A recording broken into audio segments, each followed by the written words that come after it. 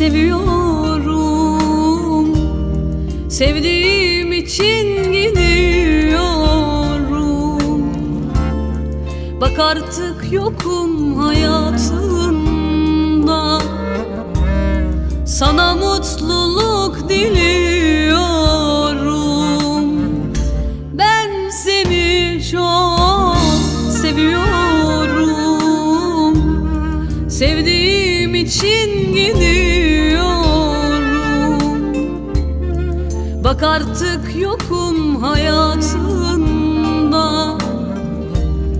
Sana mutluluk diliyorum. Sana zarar vermek istemiyorum. Sen mutlu yuvanda, ben deliriyorum. Yollarımız ayrıldı biliyorum. Sen sevmesen de ben seni seviyorum. Bu benimki kaçış, kaçış. Bu benimki firar. Bir daha geri dönmem, dönmem. Gönül yaram hoşça kal. Bu benimki kaçış, kaçış. Bu benimki firar. Bir daha geri dönmem, dönmem. Gönül yaram hoşça kal.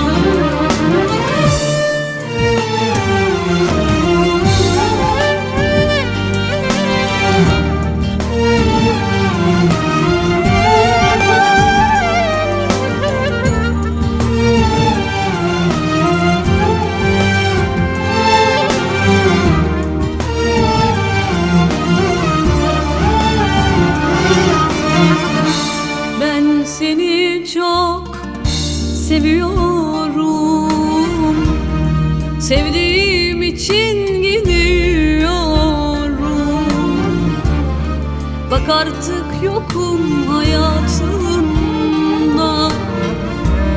Sana mutluluk diliyorum. Ben seni çok seviyorum. Sevdiğim için gidiyorum. Bak artık yokum hayatında. Sana mutluluk diliyorum. Sana zarar vermek istemiyorum.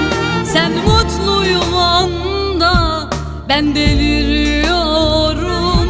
Yollarımız ayrıldı biliyorum. Sen sevmesen de ben seni seviyorum.